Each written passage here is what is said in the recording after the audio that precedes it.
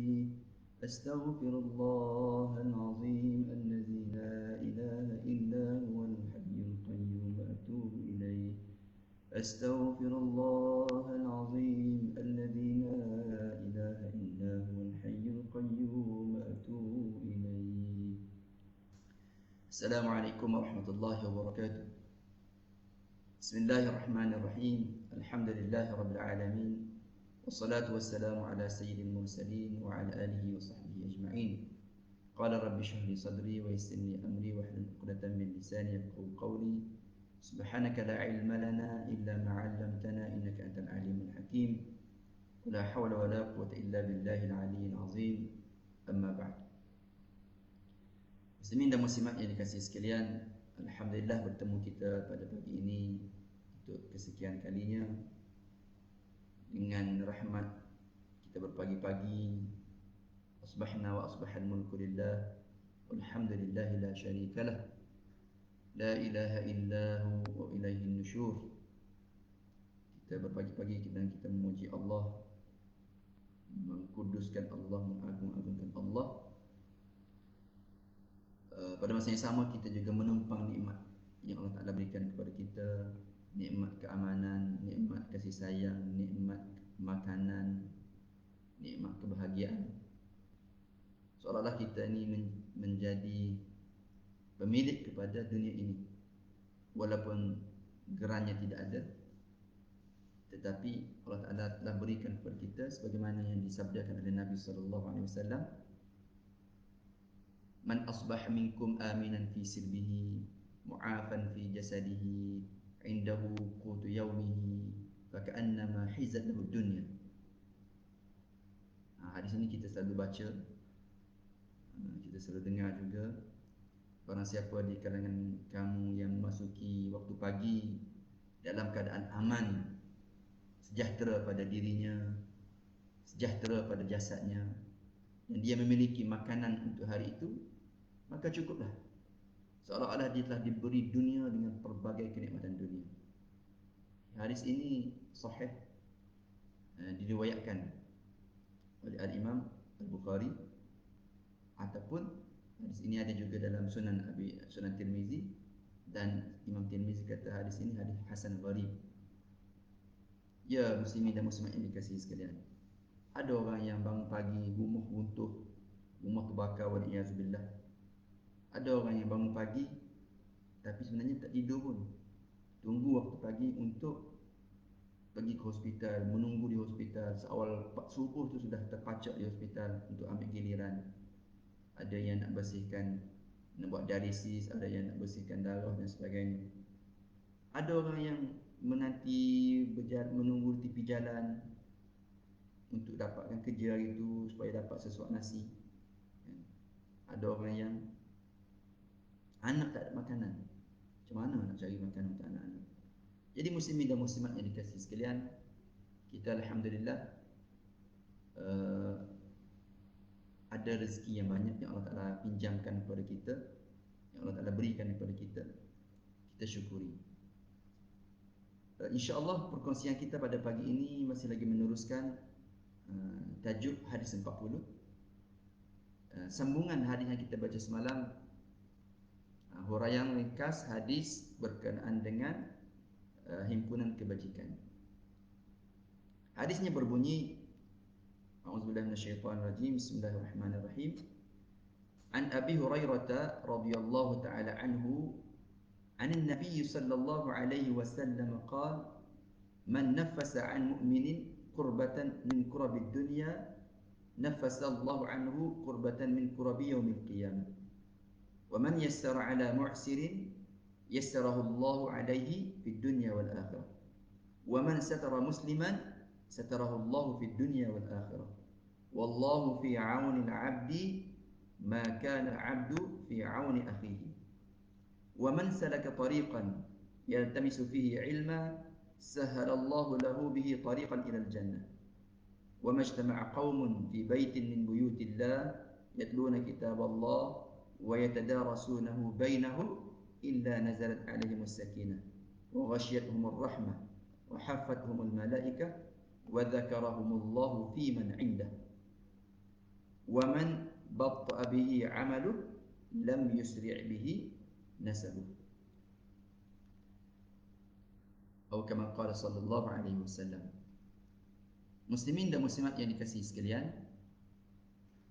alhamdulillah kita dapat mengulang balik hadis yang ke-36 ini diriwayatkan oleh Al-Imam Muslim.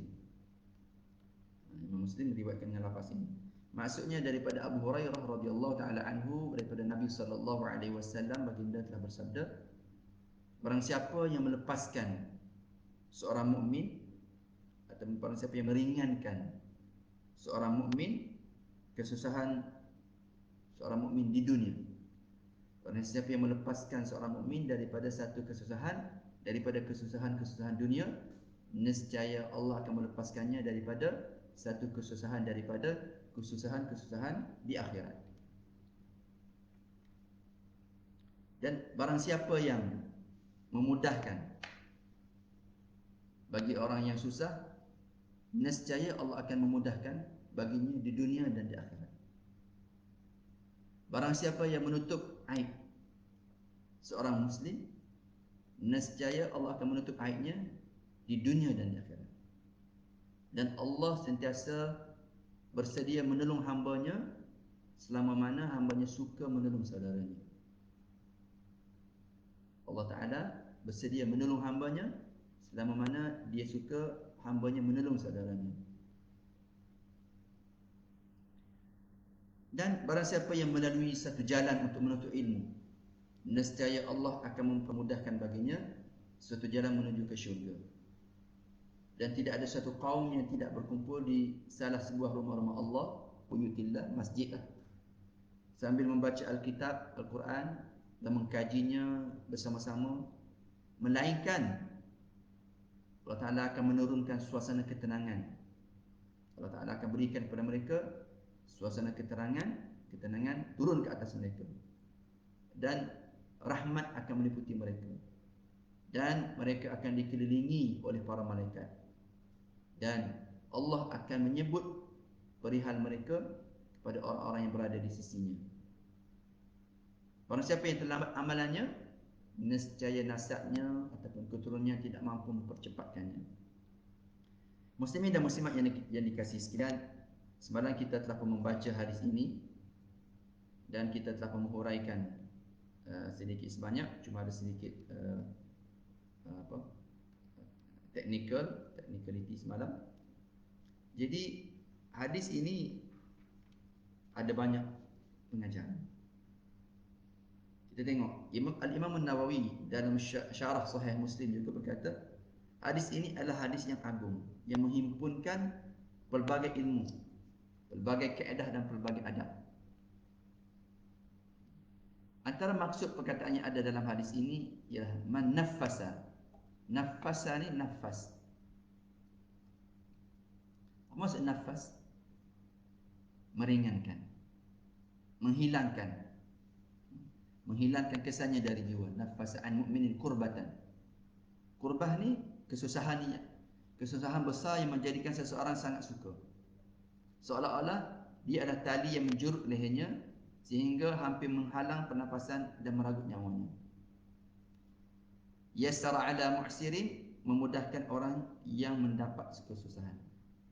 Maksudnya orang yang dapat kesusahan di sini ialah orang yang dibebani dengan hutang dan tidak mampu membayar hutang. Jadi memberikan kemudahan kepada orang ini ialah dengan membantunya dalam membayar hutang. Ini berlaku sama ada secara langsung, iaitu pemberi hutang memaafkannya, atau melalui orang lain yang membayar untuknya. Yassarallahu alaihi, maka kalau dia buat sebenarnya demikian, Allah Ta'ala akan memudahkan baginya, memudahkan segala urusannya. Wa man satara musliman, sesiapa yang menutup keaiban orang mukmin, orang Islam. Apa maksud menutup keaiban ini? Menyembunyikan kesalahan seorang muslim, iaitu bila dia melihatnya telah melakukan perbuatan yang buruk menurut syarak, maka dia tidak menghebohkannya kepada orang lain. Kemudian satarahullah, Allah Ta'ala akan menyembunyikan kesalahannya itu. Iaitu Allah Ta'ala memeliharanya daripada terjatuh ke dalam keburukan di dunia. Apabila dia melakukan keburukan, Allah Ta'ala tidak mendedahkannya di dunia dan mengampunkannya di akhirat. Wallahu fi aunil abdi. Allah Ta'ala akan menolong hambanya, iaitu Allah Ta'ala akan membantu, memberinya kemudahan untuk melaksanakan urusannya yang bermanfaat, yang berfaedah. Maka al-abdu fi auni akhihi, selama mana dia membantu saudaranya. Auni akhihi, membantu saudaranya, maksudnya dia menolong saudaranya, baik berbentuk material ataupun spiritual, untuk mendapatkan maksud yang dituju dan keperluannya.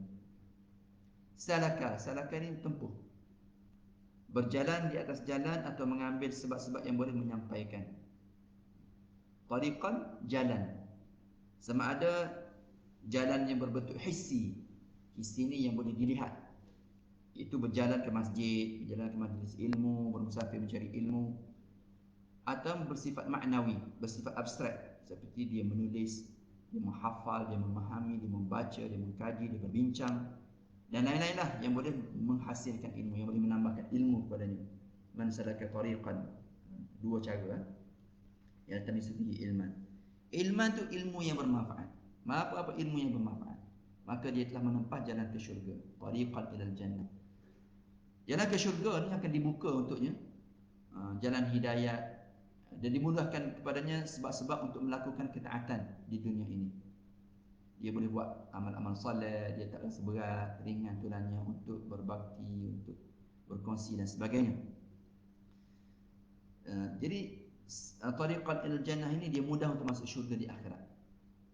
Dia tidak akan mengalami penderitaan yang dahsyat di mahsyar seperti mana yang akan dialami oleh orang lain, disebabkan pahala yang dan ganjaran yang diperolehinya daripada Allah. Kemudian hadis ni sambung lagi berkenaan dengan qaumun, majtama'a qaumun fi baitin min buyutillah. Satu kaum ini paling kurang terdiri pada 3 orang lah. Satu kumpulan yang duduk bertadarus, yang duduk berbincang dan sebagainya, tidak lebih tidak kurang daripada 3 orang. Kadang-kadang kaum ini dia merangkumi lelaki dan perempuan. Ini yang dikehendaki di sinilah. Kita hari ni mungkin kita live ni ada seorang tengok, ada 2 orang tengok, ada 3 orang tengok pun kira sedang berkongsi dah ni, kongsi ilmu. InsyaAllah mudah-mudahan dikira kalau ramai lagilah berkongsi ilmu. Illa haffat bihimul malaikah. Haffat ini ataupun nazalat alaihimus sakinah. Sakinah tu maksudnya ketenangan, mententeramkan jiwa, menambahkan rasa takut, rasa hebat, rasa membangkitkan rasa khusyuk kepada Allah. Wa ghasyiyatuhumur rahmah. Rahmah ni kebaikan, kurniaan, keredaan daripada Allah Subhanahu Wa Taala. Hafathumul malaikah. Hafat ini melingkungi, meliputi mereka dari semua arah. Malaikat ni akan mencari halaqah-halaqah zikir yang akan menurunkan barakah dan rahmat kepada halaqah-halaqah zikir di muka bumi ini.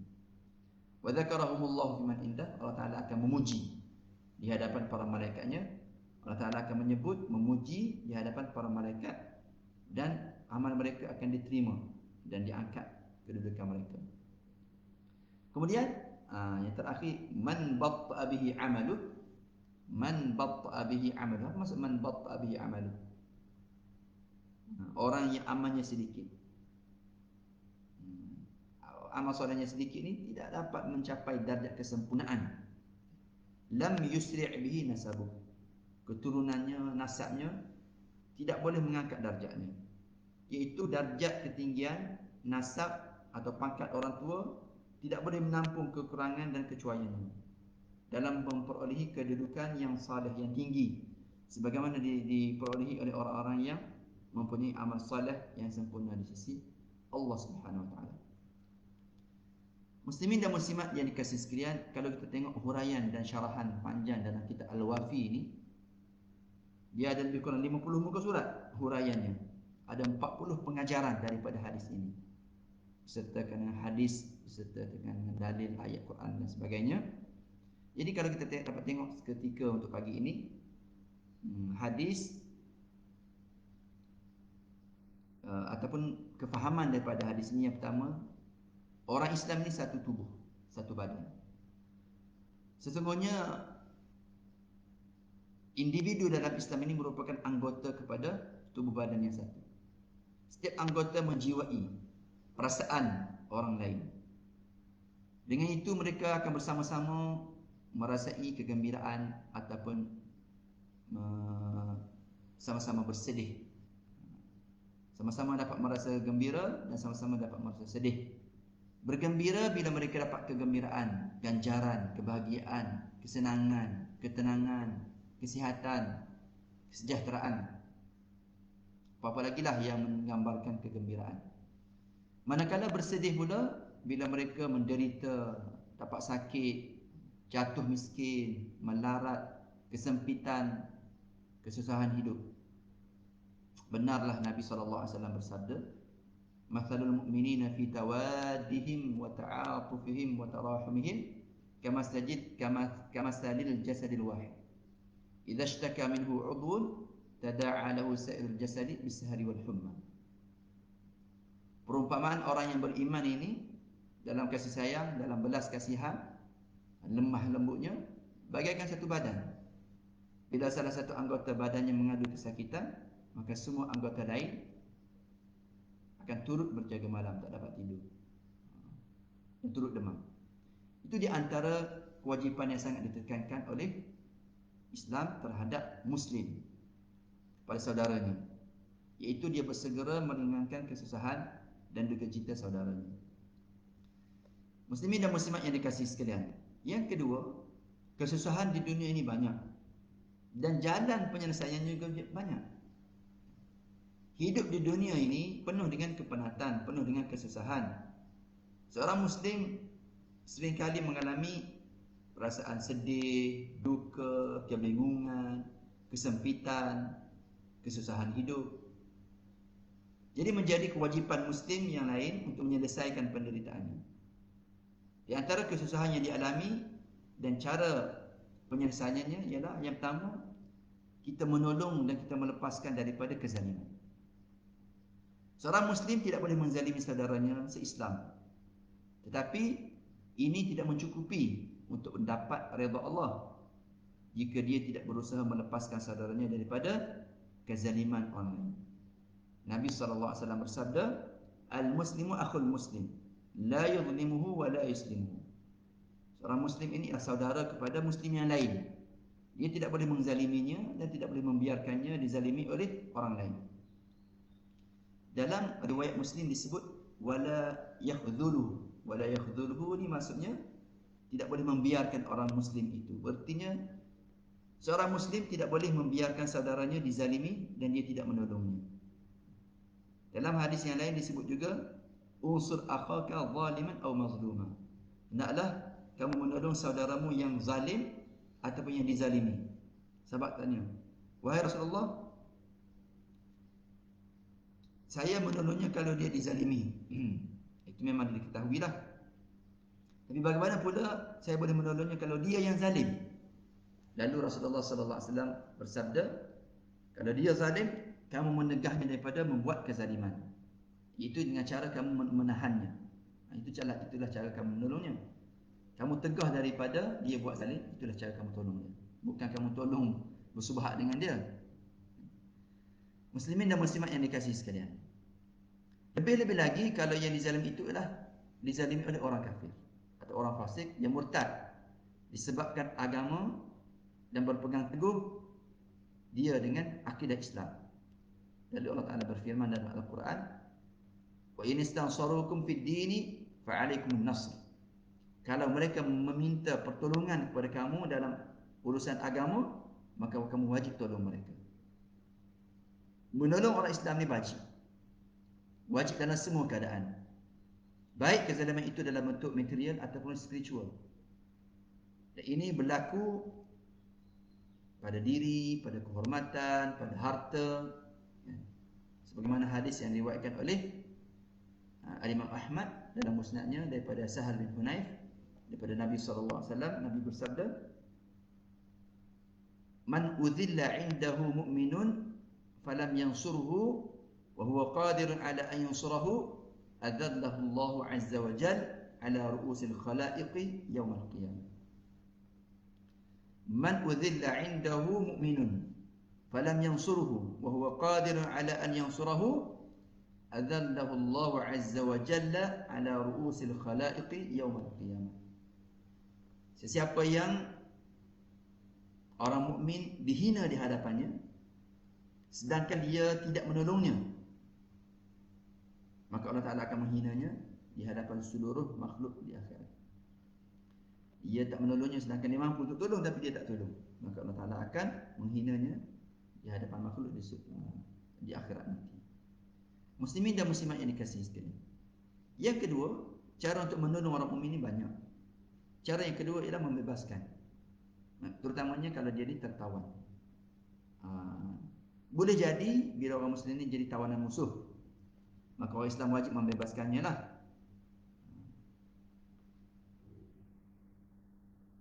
Begitu juga kalau mereka cuba memfitnahnya. Sebab Nabi SAW bersabda, at'imul ja'i' wa'udul marid wa fukkul 'ani.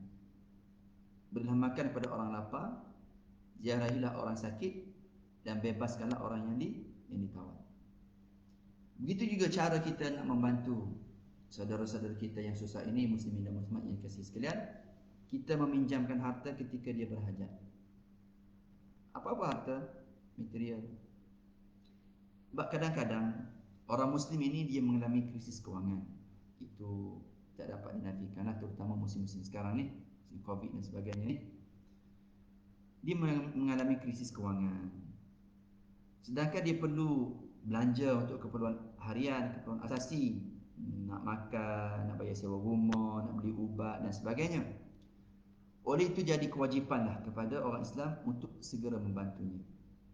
Sekurang-kurangnya memberi hutang dengan cara yang baik, bukan mengambil kesempatan di atas kesusahannya untuk mengembangkan ataupun menambahkan hartanya, sebagaimana yang disebut dalam masyarakat riba atau mengeksploit ni. Allah Ta'ala berfirman, wa aqimus salata wa atuz zakata wa aqridullaha qardan hasana. Kita bagi qardul hasan. Maksud qardul hasan, ya, qardul hasan ini ialah dia memberi pinjaman kepada Allah dengan pinjaman yang baik.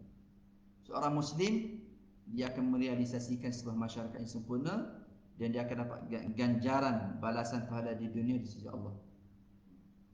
Allah Ta'ala kata, siapa yang nak beri pinjaman kepada Allah dengan pinjaman yang baik, maka Allah Ta'ala akan melipat gandakan kepadanya pembayaran kepadanya dengan lipat ganda yang banyak. Surah Al-Baqarah ayat 245. Muslimin dan muslimat yang dikasihi sekalian, Rasulullah SAW juga bersabda, man aqrada musliman dirhaman marrataini kana lahu ajru sadaqatin marrah. Barang siapa yang memberi pinjam kepada seorang muslim satu dirham sebanyak 2 kali, maka baginya pahala sedekah. Sekali sedekah, sekali pinjam, sekali sedekah. Bahkan kadang-kadang pahala memberi pinjam itu lebih besar daripada pahala sedekah, dengan melihat keadaan peminjam dan yang menerima sedekah itu. Dalam riwayat Ibn Majah diriwayatkan bahawa Anas bin Malik berkata bahawa Nabi SAW telah bersabda yang bermaksud, aku melihat pada malam aku di Mi'rajkan, Isra Mi'raj kan, Nabi Isra Mi'raj pada bulan Rajab, kita kata pada 27 Rajab, maksudnya 2 minggu lagi lah kita akan sambut Isra Mi'raj ni. Dalam malam Isra Mi'raj itu, Nabi SAW melihat tertulis di pintu syurga pahala sedekah sebanyak 10 kali ganda, manakala pahala memberi pinjam sebanyak 18 kali ganda. Kalau kita bagi sedekah 10 kali ganda, kalau kita bagi pinjam 18 kali ganda. Lalu Nabi tanya Jibril, wahai Jibril, mengapa memberi pinjam lebih afdal daripada sedekah? Jibril menjawab, kerana orang yang meminta sedekah kadang-kadang dia meminta sedangkan dia mempunyai sesuatu, tapi orang yang meminjam Dia tidak meminjam kecuali jika dia memerlukannya. Ketika dia memerlukannya, dia pinjam. Muslimin dan muslimat yang dikasihi sekalian, jadi itu antara salah satu cara kita nak tolong orang Islam. Kemudian pengajaran daripada hadis ini juga ialah kesusahan pada hari kiamat dan cara kita nak menghindarinya. Jadi alangkah banyaknya kesusahan pada hari kiamat. Alangkah dahsyatnya peristiwa hari kiamat yang menakutkan. Pada hari itu, setiap orang Muslim ini amat perlu kepada amal soleh yang boleh menyelamatkannya. Boleh menyelamatkannya, boleh meringankannya daripada sebahagian kesusahan tersebut. Lalu, ataupun yang boleh membuka jalan untuk menyelamatkannya ataupun menerangi jalannya menuju ke syurga. Hari kiamat ni kita tak nak benda lain, kita nak pahala saja. Kita nak pahala saja. Tak nak dah duit, tak nak dah harta, kita nak pahala pada hari kiamat. Nabi SAW bersabda yang bermaksud, ketika Allah Ta'ala mengumpulkan semua manusia daripada awal, yang terawal dan yang terakhir di mahsyar, daripada satu tempat berkumpul, kita panggil mahsyar. Mereka boleh mendengar panggilan orang yang memanggil, boleh melihat dengan pandangan mata, boleh merasai matahari yang menghampiri mereka, sehingga mereka mengalami kesusahan, penderitaan yang mereka tak sanggup untuk menahan, tak sanggup untuk menanggung. Lalulah mereka berkata di antara mereka, tidakkah kamu melihat penderitaan yang kamu hadapi? Tidakkah kamu mempunyai sebarang idea tentang seseorang yang boleh memberikan syafaat kepada kamu di akhirat nanti? Hadis panjang yang kita nak minta tolong siapa ni? Last sekali minta tolong Nabi Adam, Nabi macam-macam Nabi minta tolong, last sekali dengan Nabi Muhammad. Sehingga Nabi Muhammad akan datang membantu memberikan syafaat. Hadis itu panjang, diriwayatkan oleh Imam Bukhari dan Muslim. Lalu ada juga hadis yang menyebut daripada Aisyah radhiyallahu taala anha, aku telah mendengar Rasulullah sallallahu alaihi wasallam bersabda, yuhsyarun nas yaumal qiyamati hufatan 'uratan ghurla. Qultu ya Rasulullah, an-nisa'u war-rijalu jami'an yanzuru ba'dhum ila ba'dhin? Qala sallallahu alaihi wasallam, ya Aisyah, al-amru ashaddu min an yanzura ba'dhum ila ba'dhin. Pada hari kiamat nanti, manusia akan dibangkitkan tanpa alas kaki, bertelanjang bulat, dalam keadaan belum berkhatan, macam baru lahirlah. Aku berkata, wahai Rasulullah, wanita dan lelaki dikumpulkan sekaligus, sama sekali, satu sama lain saling pandang memandang. Dan Rasulullah SAW menjawab, wahai Aisyah, keadaan adalah lebih gawat, lebih getir untuk masing-masing melihat daripada melihat antara satu sama lain. Ada lagi perkara penting yang lebih besar yang orang tak terfikir nak melihat orang lain. Nak lari pada orang lain tu ramai. Kan? Yauma yafirrul mar'u min akhihi wa ummihi wa abihi wa sahibatihi wa banihi likulli imrin minhum yawma idzin sya'nun yughni. Dalam lafaz Muslim juga disebut al-amru asyaddu min an yahummahum dzalik. Keadaan lebih gawat hingga mereka tidak lagi mempedulikan apa yang berlaku. Muslimin dan muslimat yang dikasihi sekalian, ada juga riwayat daripada Ibnu Umar daripada Nabi sallallahu alaihi wasallam bersabda tentang firman Allah yang bermaksud pada hari manusia berdiri berhadapan dengan Tuhan semesta, surah Al-Mutaffifin.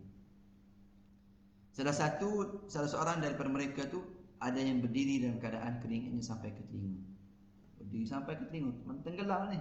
Tercungak-cungak sebab apa? Sebab dengan keringat. Kita tak nak bayang. Ya, kita tak nak bayang macam mana orang yang mandi lumpur pun kita tengok dah lemah. Tengok tu. Macam manalah keadaannya kalau bermandi dengan peluh yang boleh. Jadi di tengah-tengah kegerunan ini, orang Muslim akan merasai keadilan Tuhan. Ketika itulah orang Islam akan rasa itulah keadilan. Hari ini orang pertikaikan. Tak adillah kita buat, tak dapat, tak tengok, tak dapat dilihat, tak dapat dirasa. Kenapa orang lain tak buat, orang lain dapat nikmat yang banyak? Kenapa orang zalim tidak dapat pembelaan? Pada hari itu kita akan dapat lihat bahawa Allah Ta'ala memang betul-betul adil. Orang yang buat baik akan dapat baik, orang yang buat jahat akan dapat jahat. Faman ya'mal mithqala dzarratin khairan yarah, wa man ya'mal mithqala dzarratin syarran yarah. Muslimin dan muslimat yang dikasihi sekalian, lalu di tengah-tengah kegerunan ini, orang mukmin dapat merasai keadilan Tuhan. Allah Ta'ala memberi balasan kepadanya disebabkan perbuatannya semasa mereka berada di dunia, iaitu dia sentiasa berusaha untuk meringankan kesusahan orang beriman. Maka pada hari kiamat nanti, pada hari mahsyar ini, Allah Ta'ala mengurangi, meringankan kesusahannya, menghilangkan kedukaannya berlipat kali ganda. Sabda Nabi SAW, barang siapa yang meringankan salah satu daripada kesusahan seorang mukmin daripada kesusahan-kesusahan di dunia ini, maka Allah Ta'ala akan meringankan daripadanya satu kesusahan daripada kesusahan-kesusahan di akhirat. Kalau banyak kesusahan yang diringankan, maka banyaklah kesusahan yang akan dilepaskan di akhirat nanti. Muslimin dan muslimat yang dikasihi sekalian, antara pengajaran daripada hadis ini ialah meringankan kesusahan orang lain ini ialah memudahkan orang berhutang. Yang ni yang susah, memudahkan orang berhutang. Kita semua mengetahui bahawa biasanya orang susah ni ialah orang yang menanggung banyak hutang lah. Orang yang menanggung bebanan hutang dan tak mampu membayarnya. Tak mampu membayar ketika masa telah ditetapkan. Bila sampai waktu bayar, tak dapat bayar. Itu ramai. Kadang-kadang kesusahan tersebut disebabkan banyaknya bebanan nafkah yang ditanggung, sedangkan dia tidak punyai sesuatu untuk dinafkahkan. Walau bagaimanapun, orang Islam ini dituntut untuk memberi kemudahan kepadanya. Memberi kemudahan ini ada dua cara.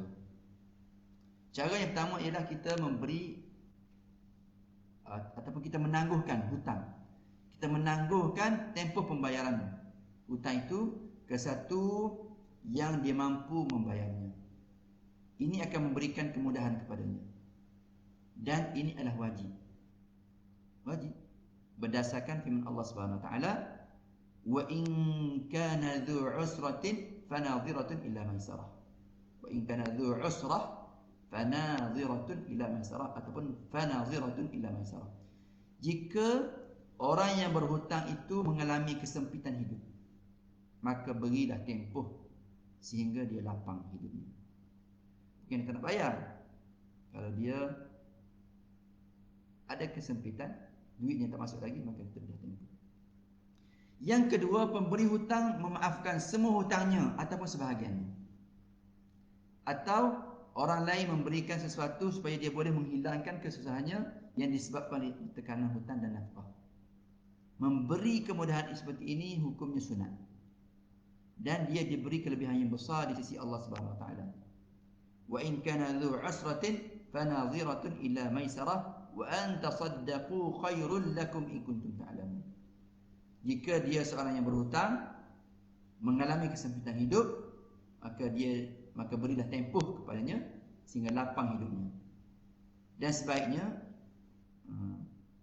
sebaliknya kalau kamu bersedekah, hutang tu kamu lupuskan kepadanya, itu lebih baik. Kalau kamu mengetahui pahala yang besar yang kamu akan dapati kelak. Tapi ini sangatlah berat. Sangat berat untuk kita laksanakan. Berat hati untuk kita laksanakan. Kita mohonlah kepada Allah taufik dan hidayahnya supaya kita ni dibantu oleh Allah Subhanahu Wa Taala. Rasulullah sallallahu alaihi wasallam bersabda, "Man anzara mu'siran aw wada'a anhu adallahu Allah fi zillihi." Sesiapa yang menangguhkan tempoh pembayaran hutang kepada orang yang tak mampu untuk membayarnya, ataupun dia memaafkan hutangnya, maka Allah Ta'ala akan menaunginya di bawah naungannya. Sabda Nabi SAW yang bermaksud, barang siapa yang ingin diselamatkan oleh Allah pada hari kiamat, maka dia hendaklah memberi keringanan kepada orang yang tak mampu membayar hutang ataupun memaafkan hutangnya. Ini peringatan untuk diri saya sendirilah. Kita berlapang dada, insya-Allah Allah Ta'ala akan ganti yang lebih banyak yang tak mampu kita, yang tak terfikir oleh akal fikiran kita, insya-Allah di dunia dan di akhirat. Bahkan Allah Ta'ala akan memberikan balasannya di dunia lagi. Sebagaimana sabda Nabi SAW yang bermaksud, "Man arada an tustajaba da'watuhu wa an tukshafa kurbatuhu falyufarrij an mu'sirin." man arada an yustajaba da'watuhu wa an tukshafa kurbatuhu falyufarrij an mu'sir. Barang siapa yang ingin doanya diterima, dibebaskan daripada kesusahan, maka hendaklah dia memberikan kemudahan kepada orang yang tidak mampu membayar hutang. Muslimin dan muslimat yang dikasihi sekalian, rasa banyak dah pengajaran, banyak dah hadis yang kita baca ni. Kita takut kalau kita baca banyak-banyak pula kita tak mampu nak buat, ataupun kita tak nak buat, kita akan dihujah oleh Allah nanti, tahu tapi tak buat. Waliyazbillah lima taquluna ma la taf'alun. Muslimin dan muslimat yang dikasihi sekalian, rasa kita buat kesimpulanlah kepada hadis ini. Pengajaran hadis ini ialah Islam tu agama tolong-menolong, bantu-membantu. Islam ni menggalakkan kita supaya saling kuat memperkuat di antara satu sama lain. Dan inilah faktor yang merupakan teras kekuatan umat Islam. Dan inilah rahsia besar, rahsia sebenar kegemilangan tamadun umat Islam yang terdahulu. Dan pengajarannya, Islam ni menggalakkan umatnya agar selalu melepaskan saudaranya, terutama yang dalam kesempitan hidup, yang berada dalam kesusahan, ataupun melindunginya, ataupun memelihara keaibannya daripada disebar luas, ditularkan di kalangan manusia. Semua perbuatan tersebut bukan free. Allah Ta'ala janjikan dengan balasan yang setara dan setimpal dengan perbuatannya, dengan keikhlasannya. Dan Allah Ta'ala akan sentiasa menolong hamba-hambanya selama mana dia menolong saudara-saudaranya yang lain. Muslimin dan muslimat yang dikasihi sekalian, begitu juga pengajaran daripada hadis ini ialah ilmu yang kita pelajari, yang kita dengar, yang kita cari ini adalah salah satu cara, salah satu cahaya menuju ke syurga. Jadi barang siapa yang menuntut ilmu dengan ikhlas, niat kerana Allah, Allah Ta'ala akan menjanjikan baginya mudah menuju ke syurga, mudah beramal dengan amalan yang membawanya ke syurga. Kemudian galakan supaya kita ni mencari ilmu, berkumpul beramai-ramai, tidak berseorangan. Berkumpul mengkaji ilmu, mengkaji Al-Quran di masjid, di antara amalan yang amat diberkati oleh Allah. Para malaikat akan turun mengelilingi mereka. Ketenangan dan rahmat akan menyelubungi mereka, dan mereka akan mendapat penghormatan agung daripada Allah Subhanahu Wa Taala. Apabila dia menyebut nama, Allah Ta'ala akan mengingatkan, menyebut nama mereka ini di sisi penghuni langit. Kemudian manusia yang dimuliakan, dan memasuki syurga dengan amal solehnya, dengan rahmat Allah juga. Manusia ini akan masuk syurga bukan kerana keturunannya. Dengan rahmat Allah dia akan masuk syurga, dengan rahmat Allah dia akan diletakkan level mana dengan amalannya, keikhlasannya. Bukan kerana ayahnya ustaz, tok guru dan sebagainya. Jadi barang siapa yang amalannya kurang ataupun amalannya jahat, itu akan menyusahkannya di akhirat. Mudah-mudahan kesalehan ayahnya ataupun anaknya yang mendoakannya itu di dunia ini akan dapat meringankannya. Tapi mengharapkan pahala orang lain, mengharapkan pertolongan nasab keturunan bangsawannya untuk memberi syafaat, tidak sekali-kali, tidak akan mempercepatkannya. Tetapi dalam riwayat, orang yang ada yang soleh ini boleh memberi syafaat pada orang lain. Tapi kalau kita semata-mata tak apa, saya tak beramal, anak saya hafiz, kan? Ayah saya tok guru, saya dapatlah syafaat mereka. Tak semestinya. Secara tidak langsung hari ini menggesa kita supaya mencari bekal sendiri, beramal sendiri, berbekal dengan amal soleh untuk kita menghadapi hari akhirat nanti. Jadi muslimin dan muslimat yang dikasihi sekalian, cukuplah setakat itu dulu untuk hari ini. Kita jumpa lagi pada hari yang akan datang, sambungan pada hari-hari yang lain lagi insya-Allah taala. Aqulu qawli hadza wa astaghfirullahal azim li wa lakum. Wassalamualaikum warahmatullahi wabarakatuh. Kita tutup dengan doa. A'udzubillahi samii'il 'alim minasyaitonir rajim. Bismillahirrahmanirrahim. Alhamdulillahirabbil alamin. Wassalatu wassalamu ala sayyidil mursalin wa ala alihi wasahbihi ajma'in. Allahumma fa'alna bima 'allamtana wa 'allimna ma yanfa'una rabbi zidna ilma. Allahumma ati nufusana taqwaha wa zakkiha anta khairu man zakkaha anta waliyuha maulaha. Rabbana atina fid dunya hasanah wa fil akhirati hasanah wa qina adzaban nar. Allah jannibna munkaratil akhlaq wal a'mal wal ahwa' wal adwa bi rahmatika ya arhamar rahimin. Wa sallallahu ala sayyidina Muhammad walhamdulillahi rabbil alamin. Minta maaf kalau ada salah silap. Insya-Allah Allah Ta'ala akan mengampunkan kita semua, merahmati kita semua. memberikan kesihatan untuk kita terus menjalani kehidupan mencari ilmu. Wallahu alam. Assalamualaikum warahmatullahi wabarakatuh.